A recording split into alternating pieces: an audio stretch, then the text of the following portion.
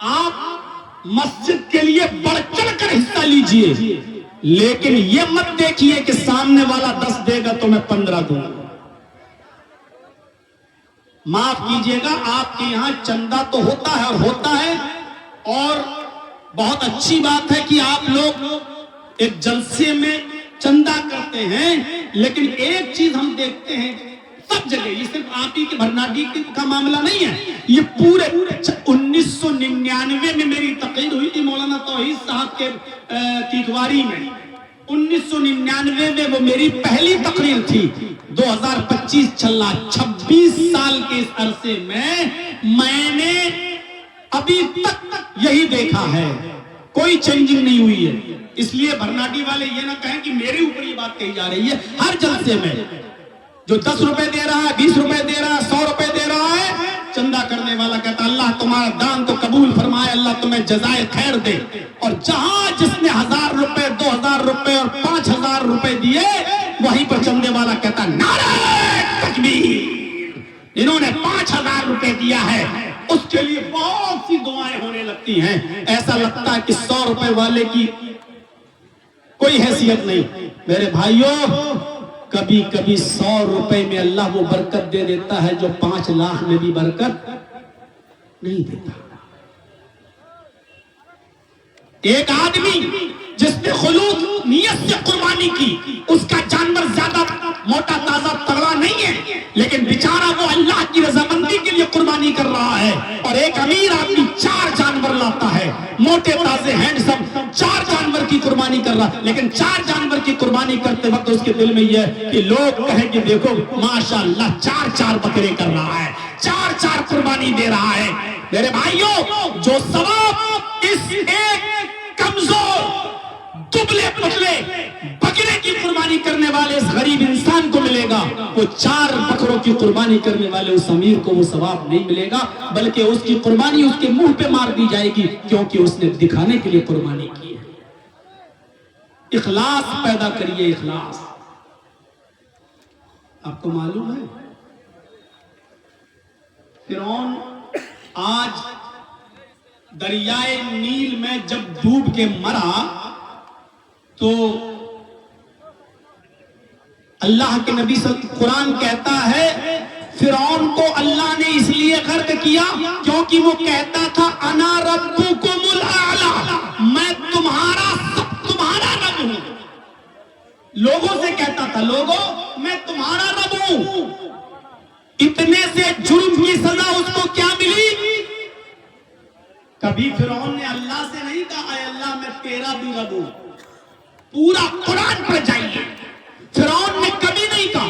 وہ رات کے اندھیرے میں تو یہی کہتا تھا کہ اے اللہ میں تجھے اپنا رب مانتا ہوں، اے اللہ تو میرا رب ہے، کھلانے پلانے والا تو ہے، اے اللہ میں لوگوں کو کے سامنے ان کا رب اس لیے بنتا ہوں تاکہ میری چاہت باقی رہے ان کے دلوں میں اور میرا جلال ان کے دلوں میں رہے، لیکن میں تو تجھے اپنا رب مانتا ہوں۔ اللہ کو اپنا رب مانتا تھا، لیکن لوگوں سے کہتا تھا کہ میں تمہارا رب ہوں، تم سب مجھے اپنا رب مانو۔ اللہ نے اس کو دریائے نیل میں ڈبو دیا، غرق کر دیا، اور پھر اس کی لاش کو باہر نکال کر پھینک دیا۔ زمین میں اس کی لاش دفن کی جاتی ہے، زمین نکال کے پھینک دیتی ہے۔ سمندر میں اس کی لاش ڈالی جاتی ہے، سمندر اس کو نکال کے باہر پھینک دیتا ہے۔ آج بھی فرعون کی لاش کو نہ سمندر قبول کرتا ہے نہ زمین کی چھاتی اس کو قبول کرتی ہے۔ کیوں؟ کیونکہ اللہ نے فرمایا ہم فرعون کے جسم کو قیامت تک اس کے شریر کی حفاظت کریں گے تاکہ بعد میں آنے والے لوگوں کے لیے وہ نشان عبرت رہے، بعد میں آنے والے لوگوں کے لیے وہ عبرت کا سامان بنا دیا اس کو۔ دیکھو لوگوں کا رب بنتا تھا، اس کی سزا کیا ہے؟ لیکن آپ نے وہ واقعہ بھی سنا ہوگا کہ ایک شخص ہے صحرا میں جا رہا ہے، جنگل میں جا رہا ہے، اپنے اونٹ کے اوپر سامان لانے ہوئے، گھر کا سارا سامان اس اونٹ کے اوپر لدا ہوا ہے اور وہ جنگل کی طرف جا رہا ہے، تھک جاتا ہے، اپنے اونٹ کو ایک رسی درخت سے پیڑ سے باندھتا ہے اور تھوڑا آرام کرنے لگتا ہے۔ جب اس کی آنکھ کھلتی ہے تو دیکھتا ہے کہ اونٹ غائب ہو گیا. اس نے اپنے اونٹ کو غائب پایا تو پریشان, میرے گھر کا سارا سامان اونٹ پر لگا ہوا تھا, اونٹ کہاں چلا گیا؟ کبھی اس پہاڑی پہ چڑھ کے دیکھتا, کبھی اس پہاڑی پہ چڑھ کے دیکھتا, کبھی اس جنگل میں جاتا, کبھی اس جنگل میں جاتا, اونٹ نہیں ملا. صبح سے لے کے شام تک اونٹ کو ڈھونڈتا رہا, تلاش کرتا رہا, لیکن اونٹ نہیں ملا.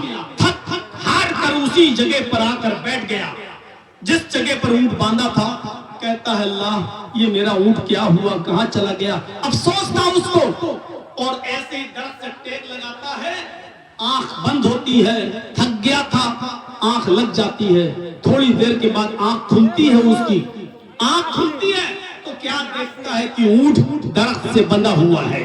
کیا دیکھتا ہے کہ اونٹ درخت سے بندھا ہوا ہے. جھٹ سے اس نے سامان دیکھا تو ایک اناج کا دانہ بھی کم نہیں تھا. جھٹ سے اس نے سامان دیکھا تو کوئی چیز کی کمی نہیں. جتنا سامان اس نے اونٹ پر رکھا تھا, اپنے سامان کو ویسا کا ویسا پایا. مارے خوشی کے اچھل پڑا, اور اچھلتے ہی اس کی زبان سے یہ جملے نکل گئے, اللہ انت عبدی وانا ربک. بخاری شریف کے حدیث کے الفاظ اس کی زبان سے یہ جملے نکل گئے, اللہم انت عبدی وانا ربک. واقعی ہے اللہ تو میرا بندہ ہے اور میں تیرا خدا ہوں, میں تیرا رب ہوں. کیا نکلا اس کے منہ سے؟ اے اللہ واقعی تو میرا بندہ اور میں تیرا رب ہوں. اللہ کو کہہ رہی ہے اللہ تو میرا بندہ اور میں تیرا رب ہوں. خوشی میں, جان بوجھ کر نہیں کہا اس نے, نیت نہیں تھی اس کی یہ جملے کہنے کی. وہ خوشی اتنا خوش ہو گیا کہ خوشی میں اس کو کچھ دکھائی نہیں دیا, سمجھ میں نہیں آیا, اور خوشی میں کہہ دیا واقعی تو میرا بندہ اور میں تیرا خدا ہوں. کہنا چاہ رہا تھا کہ واقعی میں تیرا بندہ اور تو میرا رب ہے, لیکن اس کے منہ سے مارے خوشی میں نکل گیا اے اللہ واقعی تو میرا بندہ ہے اور میں تیرا رب. اچھا ایمانداری کے ساتھ بتائیے, فرعون سے بھی زیادہ خطرناک جملے بولا کہ نہیں بولا؟ فرعون تو کبھی اللہ سے نہیں کہتا تھا اللہ تو میرا بندہ ہے, فرعون نے کبھی نہیں کہا. فرعون لوگوں سے کہتا تھا کہ مجھے اپنا رب کہو, میں تمہارا رب ہوں. اللہ سے کبھی نہیں کہا کہ اے اللہ میں تیرا بھی رب ہوں, کبھی نہیں کہا. اس نے تو اللہ ہی سے کہہ دیا کہ میں تیرا رب, تو میرا بندہ. دیکھا جائے تو کتنے برے جملے, کتنے ڈینجر جملے, کتنے خطرناک جملے, لیکن ان جملوں کو سن کر اللہ مسکرا رہا ہے, ہنس رہا ہے, اور اس آدمی کو کوئی سزا نہیں دے رہا ہے, اس آدمی کو معاف کر رہا ہے. کیوں؟ اس لیے کیونکہ اس کے دل میں یہ نیت نہیں تھی, یہ کہنا نہیں چاہ رہا تھا وہ. تو پتہ کیا چلا؟ عبادت کا اعتبار نیت پر ہے. صدقہ عبادت ہے, مسجد میں تعاون کرنا عبادت ہے, مسجد بنوانا عبادت ہے. یہاں آپ دکھاوے سے بچیے, ریا نمود سے بچیے, اچھی نیت سے صدقہ دیجیے, اچھی نیت سے آپ مسجد کا تعاون کیجیے, اچھی نیت سے آپ مسجد کو بنوائیے اور اس میں بڑھ چڑھ کر حصہ لیجیے. نیت اگر کسی کی یہ ہے کہ وہ 10 دے رہا تو میں 15 دوں گا, تب تو غلط ہے. آپ یہ کہیے کہ اس کو 10 کی توفیق تھی, اللہ اس کو قبول فرمائے, ہمیں اللہ نے 20 کی دی, ہم 20 دیں گے. میرے بھائیوں سبقت کرو ایک دوسرے سے آگے بڑھنے میں, ایک دوسرے سے نیک کام میں آگے بڑھنے میں سبقت کرو, سبقت. ابو طلحہ انصاری فرماتے ہیں کافی بوڑھے ہو چکے تھے. یہ ابو طلحہ انصاری وہ ہیں جنہوں نے اللہ کے نبی کا زمانہ پایا, جنہوں نے حضرت ابو بکر کا بھی زمانہ پایا, جنہوں نے حضرت عمر فاروق کا بھی زمانہ پایا. حضرت عمر فاروق کے زمانے میں اتنے بوڑھے ہو چکے تھے، اتنے بوڑھے ہو چکے تھے کہ لاٹھی لے کر چلنے لگے، لاٹھی لے کر چلنے لگے، کمر ان کی جھک چکی تھی، مسجد میں جاتے تھے تو ڈنڈا لے کر لاٹھی لے کر جاتے تھے اور اپنے بچوں سے کہتے تھے کہ اے میرے بچوں مجھے مسجد تک پہنچا دو، مسجد تک ان کو پہنچایا جاتا تھا۔ ایک دن مسجد میں بیٹھ گئے، اور غور سے سنیے میرے بھائیوں، ایک دن مسجد میں بیٹھ گئے اور کوئی قرآن پڑھ رہا تھا، کوئی صحابی یہ قرآن کی آیتیں سننے لگے، یہ قرآن کی آیتیں سننے لگے۔ جیسے ہی انہوں نے قرآن کی آیت سنی، ایک آیت ان کے کانوں میں گئی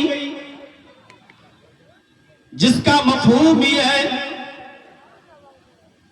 کہ اور مصیبت میں ہو یا خوشحالی کے اندر ہو، ہر حال میں نکلو، ہر حال میں نکلو، وَجَاهِدُوا بِأَمْوَالِكُمْ وَأَنفُسِكُمْ فِي سَبِيلِ اللَّهِ، اور اللہ کی راہ میں اپنے مال سے اور اپنے جسموں سے جہاد کرو، ہر حال میں نکلو، چاہے خوشی میں ہو یا غمی میں، پریشانی میں ہو یا آرام میں، ہر حال میں نکلو۔ فوراً لاٹھی اٹھاتے ہیں، قرآن کی آیت سنتے ہی اپنے گھر آتے ہیں اور کہتے ہیں میرے بچوں میرے لیے گھوڑا تیار کرو، میرے بچوں میرے لیے گھوڑا تیار کرو، میں اس گھوڑے پر سوار ہو کر میدان جنگ میں جانا چاہتا ہوں۔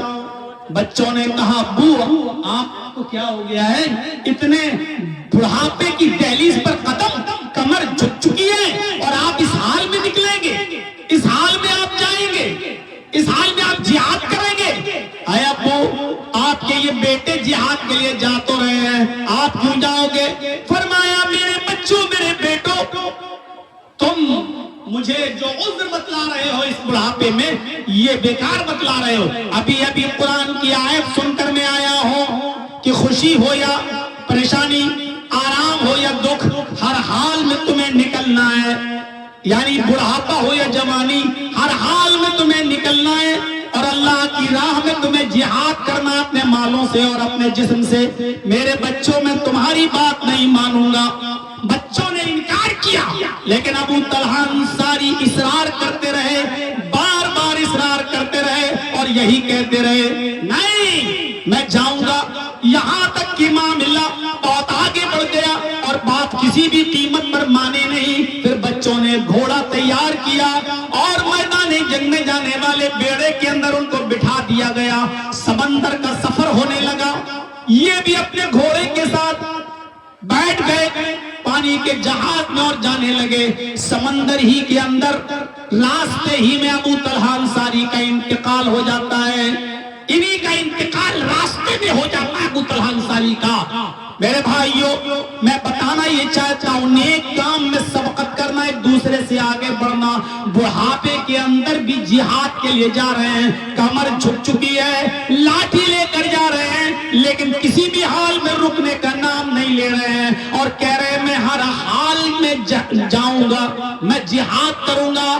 قرآن کہہ رہا ہے ہر حال میں نکلو، ہر حال میں نکلو، لہذا مجھے ہر حال میں نکلنا ہے، پریشانی میں ہو یا آرام میں، خوشی میں ہو غمی میں، ہر حال میں نکلو، میں ہر حال میں نکل رہا ہوں۔ میرے بھائیوں یہ کون سا جذبہ تھا، یہ کون سی چیز تھی جو اتنے بوڑھے شخص کو، جس کی کمر جھک چکی ہو، جو مسجد تک میں لاٹھی لے کر جاتا ہو، لیکن جب جہاد کی آیت سنتا ہے تو اس عمر میں بھی جہاد کے لیے تیار ہو جاتا ہے اور اپنے بچوں سے کہتا ہے کہ گھوڑا تیار کرو، میں لڑنے کے لیے جاؤں گا۔ یہ الگ بات ہے کہ میدان جنگ تک نہیں پہنچ پائے اور راستے ہی میں ان کا انتقال ہو جاتا ہے۔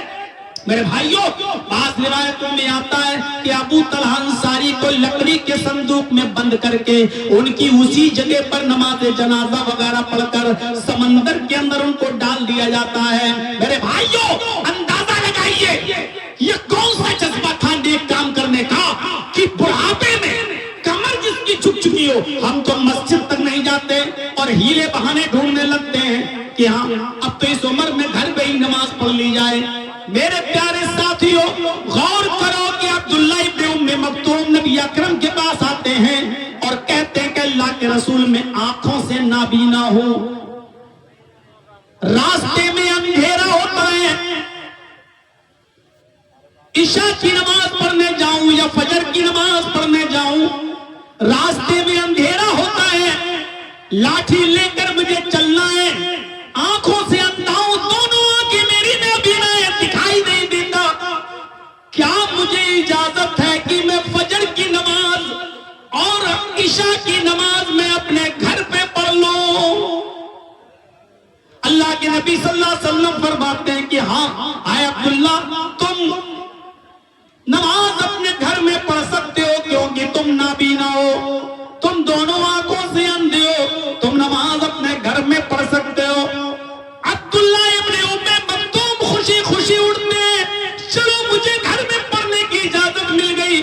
جیسے ہی عبداللہ ابن مکتوم آگے بڑھتے ہیں اور اللہ کے رسول صلی اللہ علیہ وسلم کے دروازے تک پہنچتے ہیں، باہر والے دروازے تک پہنچتے ہیں، اللہ کے نبی نے آواز دی، تعال یا عبداللہ، آئے عبداللہ ادھر آؤ۔ عبداللہ ابن ام مکتوم کو پھر بلا لیا، ان سے کہا بیٹھ جاؤ، وہ بیٹھ گئے۔ فرماتے ہیں اللہ کے نبی صلی اللہ علیہ وسلم، آئے عبداللہ ابن ام مکتوم، کیا اذان کی آواز تمہارے کانوں میں آتی ہے؟ مسجد میں جب اذان ہوتی ہے تو کیا وہ تمہیں سنائی دیتی ہے؟ کیا اذان کی آواز تم سنتے ہو؟ عبداللہ ابن ام مکتوم نے فرمایا ہاں اے اللہ کے نبی، اذان کی آواز میرے کانوں میں آتی ہے۔ آپ نے فرمایا اے عبداللہ، اب تمہیں گھر میں نماز پڑھنے کی اجازت نہیں ہے، اب تمہیں نماز پڑھنے کے لیے مسجد میں جانا پڑے گا۔ ایک اندھے صحابی کو جس کی دونوں آنکھیں کام نہیں کرتی ہیں، جو بوڑھے ہو چکے ہیں، جو لاٹھی لے کر چلتے ہیں، ان کو بھی گھر میں نماز پڑھنے کی اجازت نہیں دی۔ فرمایا کہ اگر اذان کی آواز تمہارے کانوں میں آ رہی ہے تو تمہیں اب مسجد میں جانا ہوگا۔ آج کل تو لائٹوں کا زمانہ ہے، آج کل تو ماڈرن زمانہ ہے، راستے بھی اچھے ہیں، سڑکیں بھی اچھی ہیں۔ غور کیجئے، اس زمانے کی طرف نظر ڈالیے، لائٹیں نہیں ہیں، کمکمے نہیں ہیں، بلب نہیں ہیں، راستے بھی پکے نہیں ہیں، اور ایک صحابی ہے، اندھے ہیں، نابینا ہے، راستہ کتنا پرخطر ہے، پتھر کیسے دیکھتے ہوں گے، ٹارچ بھی نہیں ہے کہ ٹارچ لے کے چلیں، اور ٹارچ بھی ہوتی تب بھی نہیں، اس لیے کہ دکھائی نہیں دیتا ہے، سانپ اور بچھو اور خطرناک جانور کوئی بھی راستے میں آ سکتا ہے۔ اس کے باوجود عبداللہ ابن ام مکتوم کو گھر میں نماز پڑھنے کی اجازت نہیں دی۔ اے نماز کے معاملے میں آسانیاں ڈھونڈنے والوں، اے نماز کے معاملے میں سہولتیں ڈھونڈنے والوں، ذرا غور تو کرو۔ اللہ کے نبی جناب محمد رسول اللہ صلی اللہ علیہ وسلم کے فرمان کو تو دیکھو، اور آپ اندازہ تو لگاؤ، یہ عبداللہ، یہ حضرت ابو طلحہ انصاری ہیں، بڑھاپا ہے، کمر جھک چکی ہے، اپنے محلے کی مسجد تک میں جاتے ہیں تو لاٹھی ڈنڈا لے کر جاتے ہیں، لیکن جہاد کی آیت سنتے ہیں تو فوراً جہاد کے لیے تیار ہو جاتے ہیں۔ فاستبقوا الخیرات، نیک کام کرنے میں سبقت کرو، ایک دوسرے سے آگے بڑھنے کی کوشش کرو۔ ابو الدحدہ انصاری کو اٹھاؤ، ابو الدحدہ انصاری کو اٹھاؤ۔ اللہ کے نبی صلی اللہ علیہ وسلم فرماتے ہیں لوگوں، ابھی ابھی ایک آیت نازل ہوئی ہے میرے اوپر، لوگوں ابھی ابھی جبریل میرے پاس آئے، ابھی ابھی جبریل نے قرآن کی ایک آیت نازل کی میرے اوپر۔ صحابہ غور سے سننے لگے، کیا ہے وہ آیت؟ فرمایا اللہ نے فرمایا من ذا الذی یقرض اللہ قرضا حسنا، کون ہے جو اللہ کو قرض حسنہ دے؟ کون ہے جو اللہ کو قرض حسنہ دے؟ اللہ بدلے میں اس کو جنت دے گا، اللہ بدلے میں اس کو جنت دے گا۔ ابھی کہا ہی تھا، ابھی اعلان کیا ہی تھا، کون ہے جو اللہ کو قرض حسنہ دے؟ اعلان کیا ہی تھا کہ ابو الدحدہ کھڑے ہوتے ہیں، یہ بھی انصاری ہیں، اور کھڑے ہو کر کہتے ہیں اے اللہ کے نبی، اگر ہم حسنہ دیں گے تو بدلے میں اللہ کیا دے گا؟ ہم اللہ کو قرض حسنہ دیں گے تو اللہ بدلے میں کیا دے گا؟ اللہ کے نبی فرماتے ہیں اگر تم اللہ کو قرض حسنہ دو گے بدلے میں اللہ تمہیں جنت دے گا۔ فرمایا اے اللہ کے نبی میرے دو باغ ہیں، میرے مدینے میں دو باغ ہیں، ایک مدینے کے بالائی حصے میں اوپر اور ایک مدینے کے نشیبی حصے میں نیچے، میں دونوں باغ اللہ کو قرض حسنہ دے رہا ہوں، میں دونوں باغ اللہ کی راہ میں صدقہ کر رہا ہوں۔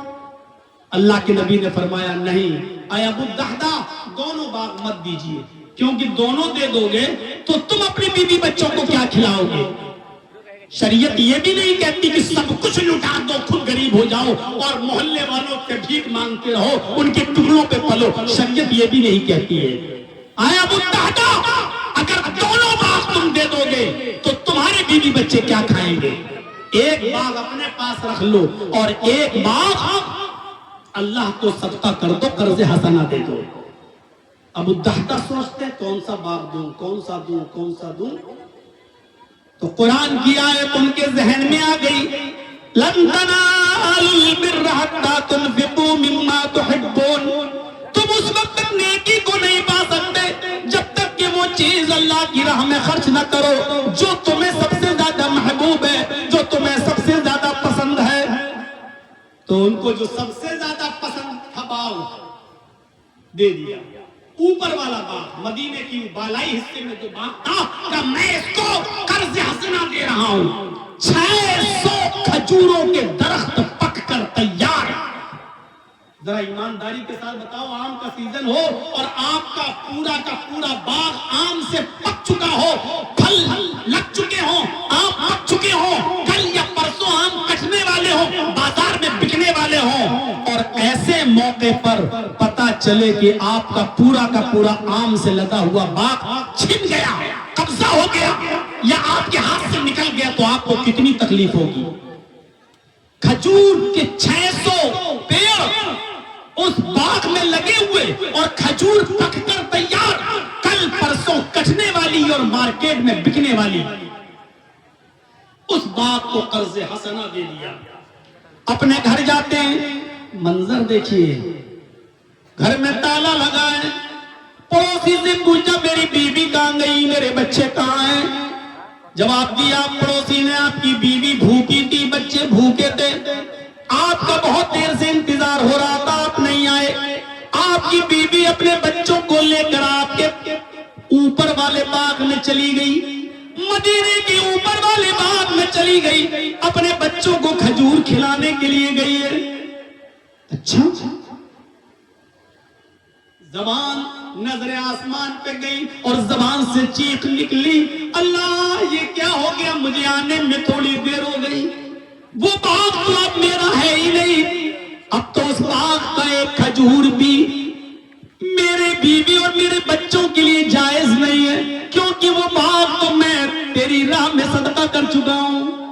بھاگتے ہوئے گئے، باغ کا دروازہ کھلا تھا، بیوی اور بچے دکھائی دے رہے تھے، ابو الدحداء باغ میں داخل نہیں ہوتے، اب یہ باغ جب میرا نہیں تو میں داخل کیوں ہوں گا، اب یہ باغ میرا نہیں، وہیں سے آواز لگاتے ہیں میری بیوی اپنے بچوں کو لے کر جلدی سے باہر آ جاؤ، ان بچوں کو لے کر باہر نکلو۔ بیوی نے کہا بچے بھوکے کھجور کھا رہے ہیں، میری بیوی جلدی سے بچوں کو لے کر باہر نکلو، یہ باغ میرا نہیں ہے، اب یہ باغ میرا نہیں رہا۔ بیوی نے سنا یہ باغ میرا نہیں تو کھجوروں کے درختوں کو دیکھنے لگی، پکے ہوئے فصل کو دیکھتی ہے اور کہتی ہے کہ اللہ یہ کیا کہہ رہے ہو، یہ باغ میرا نہیں ہے۔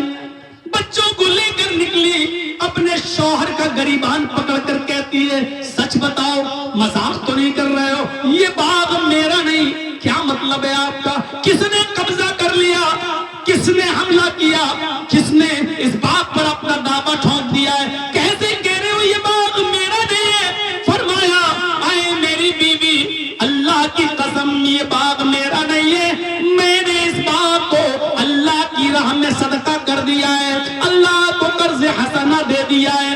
پھر بیوی کی اوڑھنی میں ہاتھ ڈالا جو کھجور تھے اس کو نکال لیا اور اس کو اسی باغ میں پھینک دیا.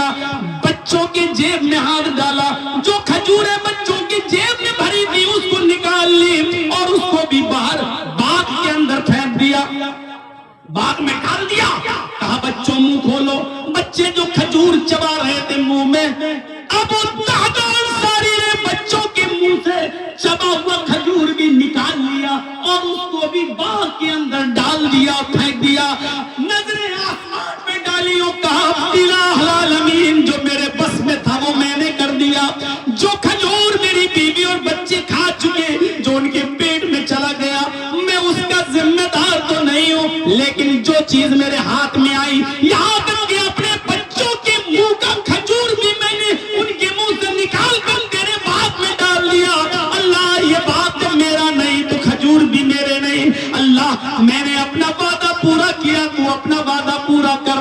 اللہ میں نے اپنا وعدہ پورا کیا, تو بھی اپنا وعدہ پورا کر. بیوی کہتی ہے کیا وعدہ؟ فرمایا میری بیوی, اللہ کے نبی نے فرمایا جو اللہ کو قرض حسنہ دے گا اللہ بدلے میں اس کو جنت دے گا.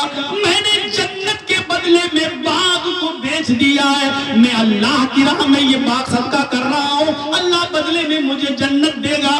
بیوی چیخ پڑی, میرے پیارے شوہر اس باغ کے بدلے میں اگر اللہ جنت دے رہا ہے تو یہ سودا مہنگا نہیں ہے, سستے میں نبٹ گئے ہو. ایک باغ دے کر اگر اللہ جنت دے رہا ہے تو پھر یہ سودا مہنگا نہیں ہے, سستے میں نبٹ گئے ہو. میرے بھائیو, یہ تھا نیک کام کرنے میں سبقت, یہ تھا نیک کام کرنے میں جلدی. قرآن کی آیت کان میں گئی, دوسرے کو موقع ہی نہیں دے رہے ہیں. نہیں, کوئی دوسرا نہیں اٹھ پایا. پہلے ہی سے حضرت ابو الدہداء اٹھتے ہیں اور کہتے ہیں کہ میں باغ صدقہ کر رہا ہوں. یہ جذبہ ہے آج ہمارے اور آپ کے اندر.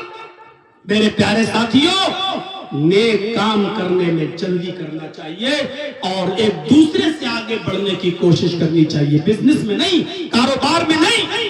اگر کسی کو 5 وقت کی نماز پڑھتے ہوئے دیکھو تو دل میں سوچو اللہ نے اس کو 5 وقت نماز پڑھنے کی توفیق دی ہے, انشاءاللہ میں تہجد بھی پابندی سے پڑھوں گا, اللہ اس کی عبادت قبول فرمائے. انشاءاللہ میں 5 وقت کی نماز کے ساتھ ساتھ تہجد بھی پڑھوں گا. میرے بھائیو پھر دیکھیے, آپ نیک کام میں آگے بڑھنے کی کوشش کیجیے, کوئی فرق نہیں پڑتا.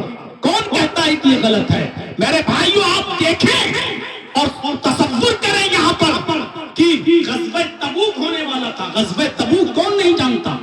مدینے سے تقریباً 1200 کلومیٹر کی دوری پر ایک مقام ہے تبوک, جہاں غزوہ ہوا تھا جس میں اللہ کے رسول بھی شریک تھے. 1200 کلومیٹر. جرجیت صاحب تو لکھنؤ سے کٹیہار آئے, 885-900 کلومیٹر کا سفر. آپ یہاں سے بمبئی جائیں, کٹیہار سے بمبئی, تو یہ تقریباً پڑتا ہے 1100-1200 کلومیٹر. میرے بھائیوں اتنا لمبا سفر, اور ٹرینوں کا سفر نہیں تھا, ٹرین نہیں تھی, ہوائی جہاز نہیں تھے, ہیلی کاپٹر نہیں تھا. غور کرو, مدینہ سے صحابہ کو جانا تھا اور تبوک پہنچنا تھا. 1200 کلومیٹر کا سفر تھا. راستے بھی ایسے نہیں تھے جیسے آج بنے ہوئے ہیں. جنگلوں میں بھی لائٹیں نہیں, گزر جنگلوں سے ہو کر ہونا تھا. سواریوں کے لیے گھوڑے اور اونٹ کے علاوہ کوئی اور دوسرا راستہ نہیں تھا. اللہ کے نبی جناب محمد رسول اللہ اعلان کرتے ہیں کہ تبوک کے لیے نکلنا ہے. سارے صحابہ حامی بھر دیتے. اللہ کے نبی صلی اللہ علیہ وسلم فرماتے ہیں یہاں سے کل تبوک کے لیے جانا ہے, اپنے گھر سے آج چندہ لے کر آؤ. بھائی راستے کے لیے کچھ خرچ چاہیے, کھانا پینا سامان, زیادہ راہ, کپڑا لتا, تلواریں گھوڑے سب چاہیے. جاؤ, جس کے پاس جو حیثیت ہو وہ لے کر آؤ, جو جس کے پاس حیثیت ہو وہ لے کر آؤ. حضرت عمر فاروق آج ہنس رہے ہیں اور میرے بھائیوں یہ واقعہ سن لیجئے، اس کے بعد آپ کو جہاں جانا ہو آپ جا سکتے ہیں۔ میں جانتا ہوں کہ رات کے حالانکہ آپ لوگوں کے ہاں تو ٹائم بہت اچھا مل گیا، پھر بھی آپ لوگ نہ بیٹھ پائے تو غلط بات ہوگی۔ میرے بھائیوں تکلیف تب ہوتی ہے جب 2 بجے کوئی ٹائم دیتا ہے، 1:30 بجے، حالانکہ ان کی بھی مجبوری ہے بیچارے، ان کو بھی اپنا جلسہ کرنا ہے، لیکن یہاں تو ٹائم 11:15 بجے ہم کو مل گیا تھا، تو ٹائم ٹھیک ہے، لیکن آپ تھوڑا سا بیٹھ جائیں اور اس واقعے کو ضرور سن لیں۔ میں اس کے بعد 1-2 واقعات اور سناؤں گا، لیکن یہ واقعہ آپ ضرور سنیں جو میں سنانے جا رہا ہوں آپ کو۔ حضرت عمر آج ہنس رہے ہیں اور ہنستے ہوئے کہہ رہے ہیں اللہ کے رسول نے آج تعاون مانگا ہے، تبوک جانا ہے، لے کر آؤ جو جس کے پاس ہو۔ آج تو میں اتنا صدقہ دوں گا، اللہ کی راہ میں اتنا مال دوں گا کہ آج میں ابو بکر سے نیکیوں میں آگے نکل جاؤں گا۔ دیکھیے نیکیوں میں آگے نکلنے کا جذبہ دیکھیے کتنا تھا۔ آج تو میں ابو بکر سے زیادہ نیکیوں میں آگے نکل جاؤں گا، کیونکہ ابو بکر کے پاس زیادہ مال نہیں ہے دینے کے لیے، آج میں اتنا مال دوں گا کہ ابو بکر سے نیکیوں میں آگے نکل جاؤں گا۔ سب لوگ اپنے گھر سے مال لائے، سارے صحابہ مال لائے، کوئی یہ لایا کوئی وہ لایا، جس کے پاس جو تھا وہ سب لاتا گیا۔ حضرت عمر فاروق اپنے گھر گئے اور اپنے گھر کے مال کو 2 پارٹس میں ڈیوائیڈ کیا، 2 حصوں میں تقسیم کیا، آدھا آدھا کر لیا، آدھا گھر چھوڑ دیا اور آدھا اللہ کے رسول کو دے دیا، لیجئے میں راہ خدا میں صدقہ کر رہا ہوں، اللہ کی راہ میں یہ مال دے رہا ہوں۔ بہت مال تھا حضرت عمر کا، آدھا گھر پہ چھوڑ دیا، آدھا لائے، بہت تھا وہ۔ 2 گھوڑے تھے تو 1 گھوڑا گھر چھوڑ دیا 1 لائے، 2 اونٹ تھے 1 گھر چھوڑ دیا 1 لائے، 2 کپڑا تھا 1 گھر چھوڑ دیا 1 لائے، یعنی جو بھی گھر میں سامان تھا 2 حصوں میں تقسیم کر دیا، آدھا گھر چھوڑ دیا اور آدھا لا کر اللہ کے نبی کو دے دیا۔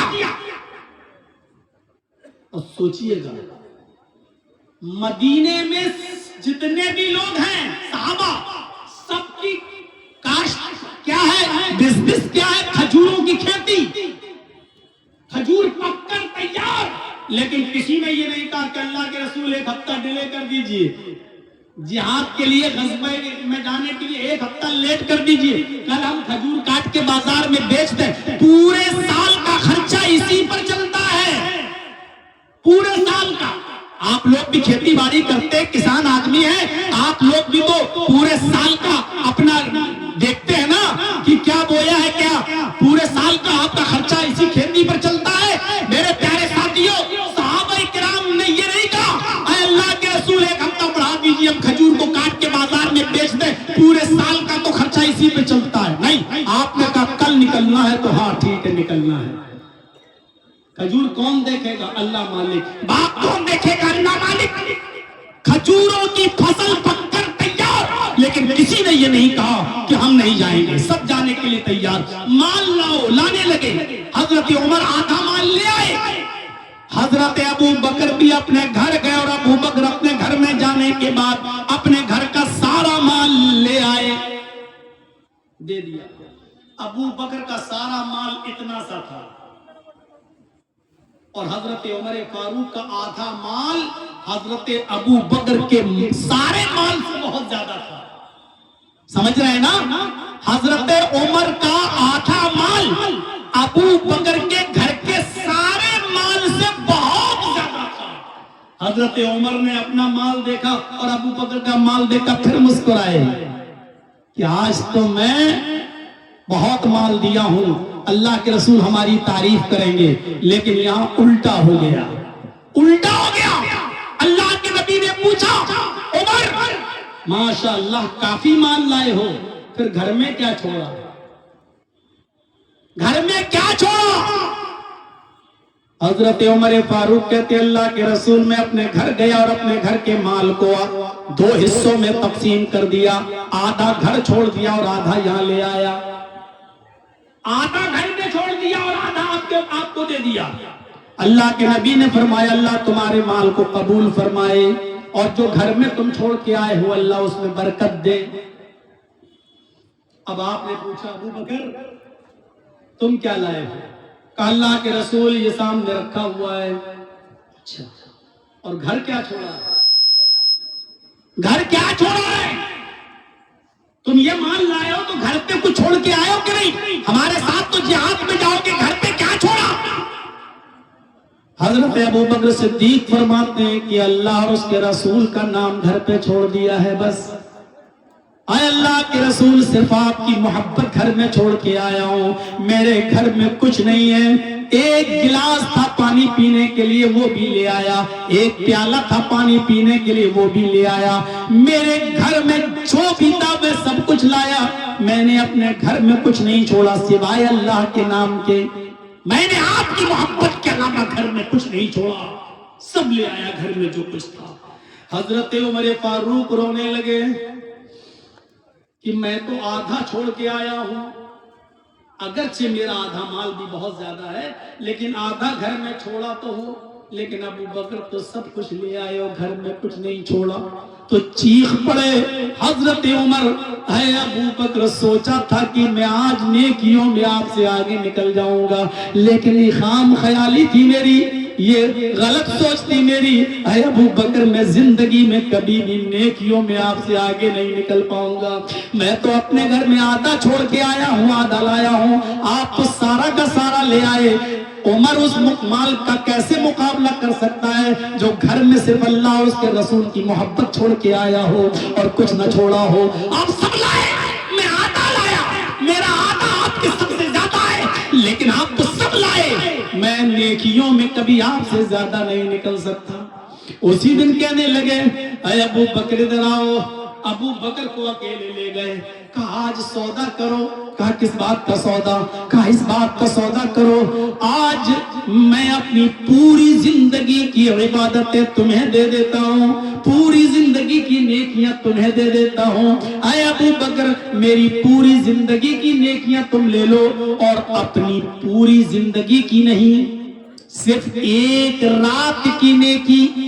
جس رات آپ غار ثور میں تھے اور اللہ کے رسول صلی اللہ علیہ وسلم کا سر آپ کی گود میں تھا اور آپ کے پیر میں بچھو کاٹ رہا تھا، زہریلا جانور کاٹ رہا تھا، لیکن آپ پیر اس لیے نہیں ہلا رہے تھے کہ اگر پیر ہل گیا تو محمد رسول اللہ کی نیند کھل جائے گی، آپ کی آنکھ کھل جائے گی اور آپ کی نیند میں ڈسٹرب ہو جائے گا.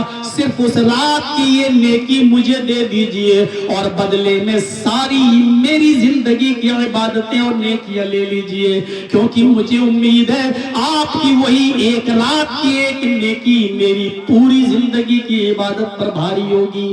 ابو بکر مسکراتے ہیں، کہا اے عمر کیا تم نے قرآن میں یہ نہیں پڑھا لا تزر وازرۃ وزر اخری، قیامت کے دن کوئی کسی کا بوجھ نہیں اٹھائے گا، تمہاری نیکیاں تمہارے کام آئیں گی اور میری نیکیاں میرے کام آئیں گی. وہاں ہماری نیکیاں دینے سے کام نہیں چلے گا اور میں اپنی نیکی تمہیں دوں تو کام نہیں چلے گا. قیامت کے دن تو سب اپنا اپنا نفسی نفسی کے عالم میں ہوں گے اور سب کو اپنی اپنی ہوگی. یہ سودا جائز نہیں ہے، یہ سودا غلط ہے، یہ سودا کسی قیمت پر جائز نہیں ہے. میرے پیارے ساتھیوں اندازہ لگاؤ، حضرت عمر فاروق کہتے ہیں کہ میں نے سوچا تھا آج نیکیوں میں آگے نکل جاؤں گا، لیکن نیکیوں میں آگے نہیں نکل پائے. کوشش تو کی تھی بڑھنے کی، سبقت کرنا چاہیے نیکیوں میں اچھی نیت کے ساتھ. حضرت عمر فاروق کی نیت بری نہیں تھی. آج میں زیادہ لاؤں گا ابو بکر سے، انشاءاللہ آج میں ابو بکر سے زیادہ نیکیوں میں آگے بڑھ جاؤں گا. دیکھا دیکھی نہیں کہ ابو بکر کتنا دیتے میں اس سے زیادہ دوں گا، نہیں، یہ اپنا لائے وہ اپنا لائے، برا نہیں چاہتے تھے کوئی کسی کا. یہ تھا نیکیوں کا جذبہ. یہی غزوہ تبوک کا موقع تھا. اور مسلمانوں سنو، اللہ کے نام پر یہ مسجد تعمیر ہو رہی ہے، آپ نہیں بھی دو گے تب بھی اللہ کا گھر ہے، اللہ تو انتظام کرے گا. ذریعہ ہے ہم اور آپ نہیں بھی دیں گے تب بھی جن کے نام پر بن رہا ہے اس کا گھر وہ تو تیار ہو کر رہے گا. بہت عالی شان نہیں تو جیسا مسجد نبوی تو کیسی تھی آپ کو معلوم؟ مسجد نبوی کا حال یہ تھا کہ کھجور کے پتوں کا چھت بنا دیا تھا، کھجور کے پتے ڈال دیے تھے اوپر سے۔ اللہ کے نبی نماز پڑھا رہے ہیں، اللہ اکبر، قرآن شروع ہوتی ہے الحمدللہ رب العالمین الرحمن الرحیم مالک یوم الدین، ہوا میں تیزی آتی ہے، غیر المغضوب علیہم ولا الضالین، ہوا تھوڑی سی اور تیز ہوتی ہے۔ آپ نے مختصر سی سورت پڑھائی، اللہ اکبر کہہ کر رکوع میں گئے، ہلکی ہلکی بوندا باندی ہونے لگتی ہے، سمع اللہ لمن حمیدہ کا بوندوں میں تھوڑا سا اور اضافہ ہو گیا، اللہ اکبر کہہ کر سجدے میں گئے، اتنی تیز ہوا چلی کہ کھجور کے پتوں کی چھت اڑ گئی اور پانی کے قطرے نیچے گرنے لگے۔ اللہ کے نبی سجدے میں چلے گئے، ادھر پانی کے قطرے زمین کے اوپر گرتے، کچی زمین سے مٹی اڑتی اور محمد رسول اللہ کے چہرے پر لگتی۔ آپ نے جب سلام پھیرا، السلام علیکم ورحمت اللہ، السلام علیکم ورحمت اللہ، پھر صحابہ کرام کی طرف چہرہ کیا، وہ چہرہ جو کبھی چاند سے زیادہ چمکتا تھا، وہ چہرہ جس کو دیکھ کر کبھی حسان ابن ثابت کہا کرتے تھے وَأَحْسَنَ مِنْكَ لَمْ تَرَ قَطُّ عَيْنِي وَأَجْمَلَ مِنْكَ لَمْ تَلِدِ النِّسَاءُ، آپ اتنے خوبصورت ہیں، اتنے خوبصورت ہیں کہ میری آنکھوں نے آپ سے زیادہ خوبصورت کسی کو دیکھا ہی نہیں، اور دنیا کی کسی عورت نے آپ سے زیادہ حسین بچہ پیدا کیا ہی نہیں۔ وہ اتنا حسین چہرہ کہ جابر ابن سمرہ نے کہا کہ جب میں کبھی چاند کو دیکھتا ہوں، کبھی آپ کو دیکھتا ہوں، تو ایسا لگتا ہے کہ چاند کو بھی حسن ملا ہے تو وہ آپ کے چہرے سے ملا ہے۔ اتنا خوبصورت چہرے پہ مٹی چھائی ہوئی ہے، صحابہ کرام کو اللہ کے نبی صلی اللہ علیہ وسلم کے چہرے پر لگی ہوئی ہے مٹی دکھائی دی، تو اللہ کے نبی ہاتھ پھیلا کر مسجد نبوی کے لیے تعاون مانگنے لگے، او لوگوں اللہ کے گھر کے لیے کچھ دیجیے۔ حضرت عثمان غنی اٹھتے اور کہتے اللہ کے نبی اس میں جتنا بھی خرچہ آئے گا وہ میں دینے کے لیے تیار ہوں۔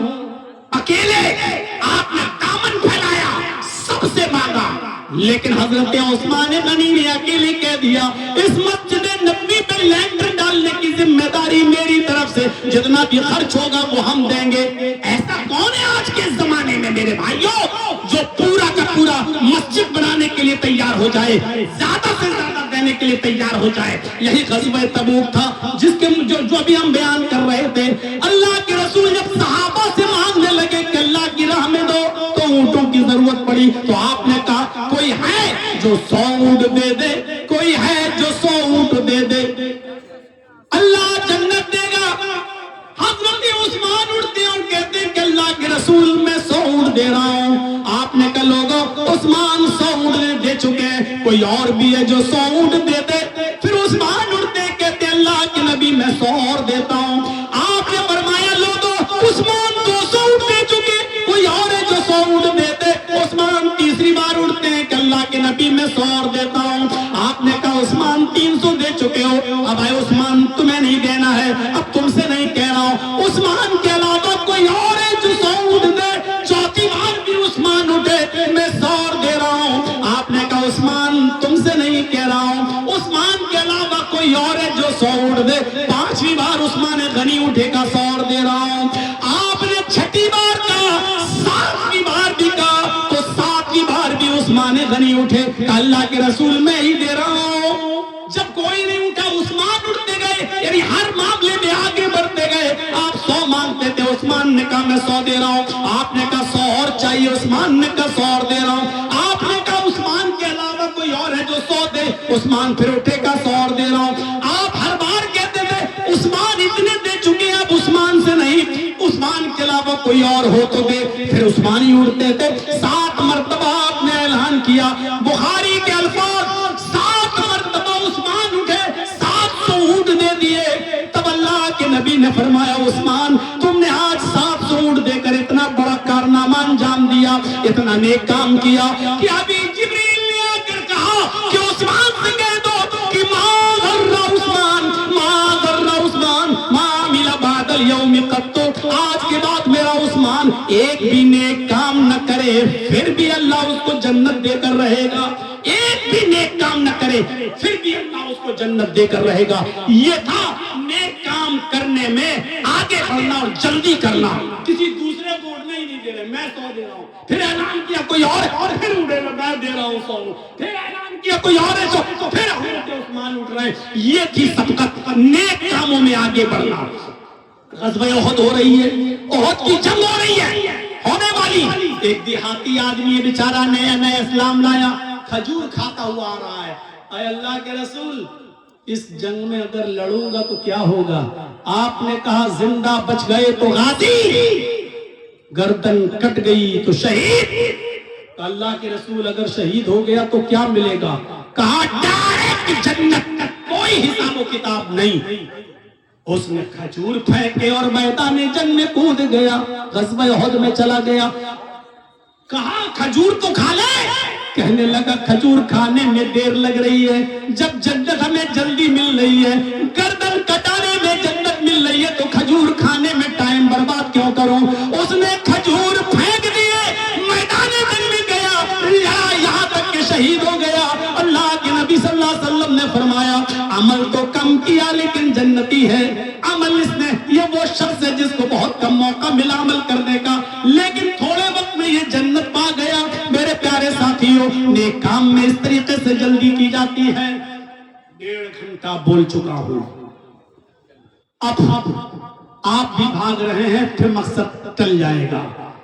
1999 میں توحید صاحب کے ہاں آیا تھا اور آج 2025، 26 سال سے سیمانچل کے لوگ مجھے کبھی بھولے نہیں، برابر مجھ سے محبت کرتے رہے اور بلاتے رہے، یہاں تک کہ آج بھی چٹ پھٹ ہنسائیں ہوتی ہیں، بائیکاٹ کرو، یہ کرو، وہ کرو، لیکن میرے بھائیوں آپ کے دلوں میں ہم بسے ہوئے ہیں۔ جب تک آپ کی چاہت رہے گی آتے رہیں گے، جب آپ بھول جائیں گے تو اللہ کی زمین پھر بہت وسیع ہے، دوسرا علاقہ ہے۔ میرے بھائیوں، اتنی محبت کا ثبوت جب آپ ہم سے دیتے ہیں تو اس مسجد کے لیے میں آپ سے اپنا دامن پھیلا کر خود بھی مانگتا ہوں، میرے ہاتھ پر آپ کیا دیتے ہیں؟ آپ لوگ اپنے کیمرے ہٹا لو، آج مجھے اپنی محبت دیکھنا ہے، کیا محبت ہے آپ کو مجھ سے، اس مسجد کے لیے آپ میرے ہاتھ پر کیا رکھتے ہیں؟ انشاءاللہ اللہ آپ کو اس کے اجر سے